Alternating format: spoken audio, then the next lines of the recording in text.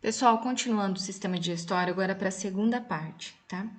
Envolvendo esse processo de utilização de nutrientes, nós temos, para que ocorra, na verdade, né, a absorção desses nutrientes, o nosso sistema digestório, ele passa por mecanismos funcionais. O que são isso? Mecanismos funcionais? São processos até que esse alimento chegue lá no intestino delgado e ele possa ser absorvido, tá? Então, são fases. O primeiro mecanismo é a ingestão, ou seja, é a ingestão de alimento.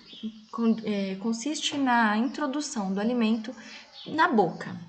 Lá na boca ocorre um outro mecanismo que é o mecanismo denominado mastigação, onde ocorre a trituração desse alimento. Então, os dentes têm essa função, eles começam a triturar esse alimento para que ocorra a quebra desse alimento e já seja processado em partículas cada vez menores, tá bom? Auxiliando esse processo de mastigação, nós temos a saliva, que vai umedecendo todo esse alimento na boca, preparando ele para a próxima etapa, que é a deglutição, que é o ato de engolir esse alimento, né? Então, ele passa através da boca para uma outra estrutura, que aqui a gente já entra na estrutura esofágica, no esôfago, tá? Depois da deglutição, começa o processo de digestão, que ocorre com o alimento para preparar esse alimento para a absorção. Depois dessa digestão, que é o preparo do alimento para absorção, ocorre então a absorção, que é a transferência de nutrientes do trato gastrointestinal para os vasos sanguíneos. E depois que ocorreu a absorção, vem a eliminação de tudo aquilo que passou pelo trato gastrointestinal e que não foi utilizado pelo nosso organismo, ele é eliminado então através da defecação, através das fezes, tá, pessoal? Bom, então agora no sistema digestório vamos ver inicialmente as estruturas que compõem o trato gastrointestinal. Então, olha lá, começa na boca, cavidade bucal, cavidade oral, né? Então, aqui é a estrutura da boca. Lá na boca, o que nós temos de importante? A língua, que já entra como um órgão acessório, que tem a função, né? Ela ajuda na mastigação porque ela movimenta o alimento, né? De um lado para o outro, né? E ajuda também no processo de deglutição, porque ela impulsiona esse bolo alimentar da cavidade bucal para o esôfago. Além disso, outra função da língua, na articulação dos sons, né, para falar. Então, quando a gente fala, lembra lá do sistema respiratório? Que o ar passa pela laringe, né, vibra, né, as pregas vocais, mas eu também tenho a articulação da língua, o movimento da língua, tá? E além disso, ela é revestida por numerosas papilas. Papilas são estruturas que permitem que a gente sinta os sabores. Então, nós temos, olha, na ponta da língua, as papilas gustativas que vão detectar o sabor doce. Depois, logo abaixo delas, ainda sentido fundo da língua, nós temos as papilas gustativas que vão identificar o sabor ácido e azedo. Depois, mais ao meio, nós temos as papilas gustativas que vão distinguir o sabor salgado. E lá no fundo da língua, nós temos as papilas gustativas que vão ser responsáveis pela captação do gosto amargo, tá, pessoal? Bom, os dentes, ainda como órgão e estruturas anexas. Então, vocês viram que a boca faz parte de um órgão do trato gastrointestinal, língua e dentes, estruturas, órgãos anexos, tá? Qual que é a função dos dentes? Cortar, triturar esses alimentos. Então, ele vai diminuir o tamanho desses alimentos, né? Para que eles tenham uma digestão mais facilitada. Os nossos dentes não são iguais, porque cada um tem uma função. Um vai rasgar, o outro vai macerar, né? O outro vai triturar. Em cada arcada dentária, nós temos aproximadamente 16 dentes. Então, são 4 incisivos, 2 caninos, 4 pré-molares e 6 molares. Isso aqui é a título de curiosidade apenas, tá, pessoal? Não vou cobrar isso aqui na prova. Ainda na boca, como órgão acessório, nós temos agora as glândulas salivares. E nós temos 3 glândulas salivares.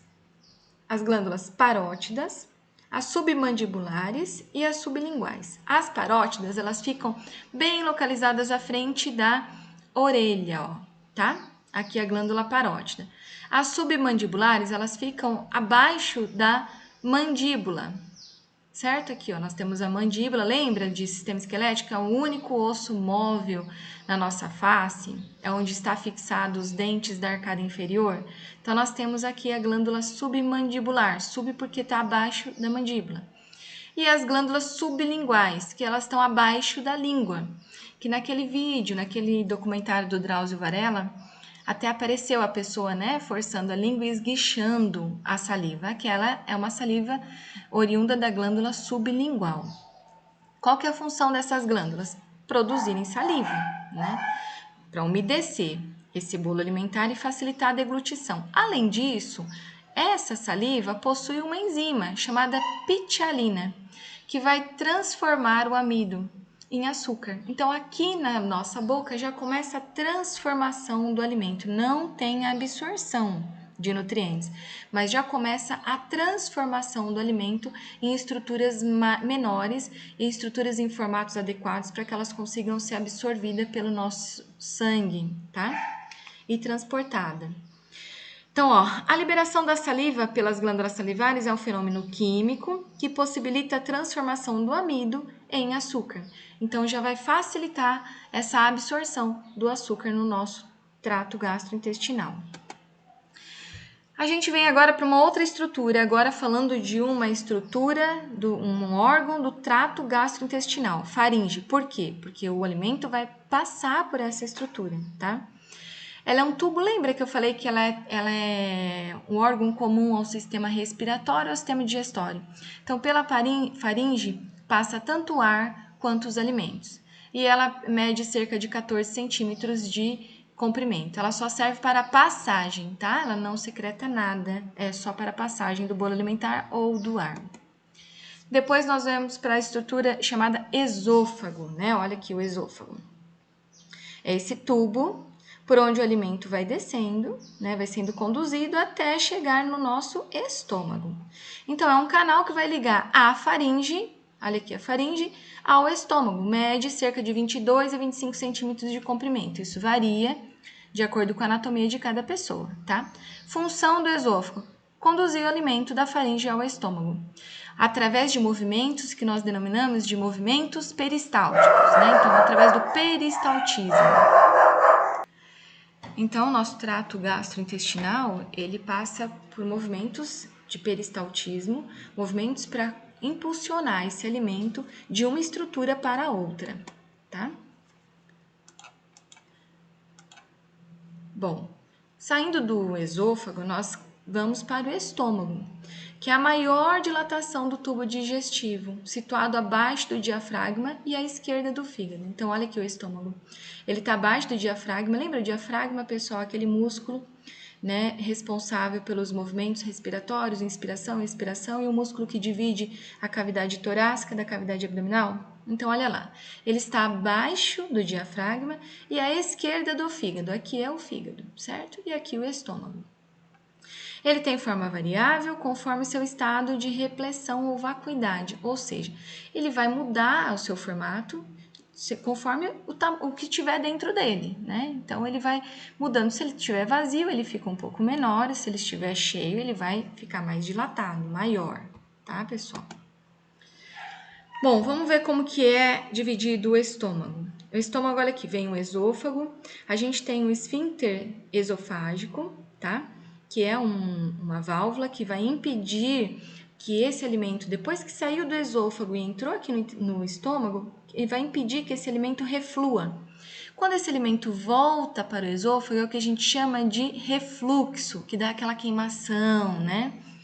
Aí a gente vem para o estômago, e depois aqui no finalzinho do estômago, já ligando ao intestino delgado, a gente tem o esfíncter pilórico, tá? Então, é uma outra válvula que vai fechar essa comunicação assim que o bolo alimentar passa, que aqui já não vai ser mais bolo alimentar, ele recebe o nome de quimo, vocês vão ver mais à frente. Assim que ele sai do estômago e passa para o intestino delgado, esse esfíncter pilórico, que é a válvula pilórica, piloro, ele fecha para que esse alimento não volte do intestino delgado para o estômago, tá? ele tem capacidade de 1 litro a 1,5 litro.